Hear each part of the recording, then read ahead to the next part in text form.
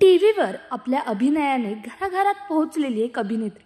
तिचं सौंदर्य, यश सगळंच अफलातून. पण व्यावसायिक यशाच्या जगमगाटा मागे दडलेली आहे तिची खूप काही सांगून जाणारी खासगी जीवनकथा.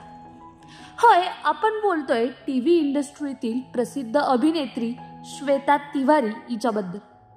आपल्या दमदार अभिनयाने प्रेक्षकांच्या मनात घर करणारी श्वेता कायमच चर्चेत असते. कधी तिच्या ग्लॅमरस लुकमुळे तर कधी तिच्या खंबीर व्यक्तिमत्वामुळे. 44 वर्षाची श्वेता 2 मुलांची आई असून आजही तिचं सौंदर्य सोशल मीडियावर ट्रेंडिंग असते. पण तिचं खासगी जीवन मात्र अनेक संघर्षांनी भरलेलं आहे. श्वेताने 2 वेळा लग्न केलं आणि दुर्दैवाने दोन्हीही लग्न अपयशी ठरले.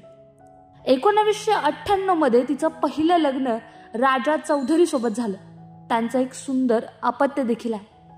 पण या नात्यात श्वेताला घरगुती हिंसाचार सहन करावा लागला.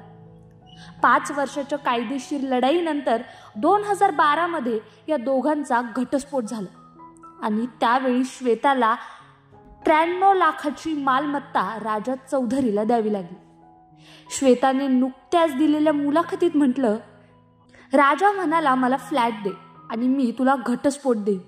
ही भावना, हा सौदा एका आईसाठी किती वेदनादायी असावा.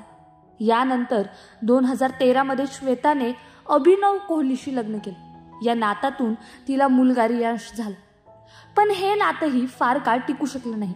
2019 मध्ये त्यांनी देखील घटस्फोट घेतला. आज श्वेता तिवारी दोन्हीही मुलांना एकटी सांभाळत आहे.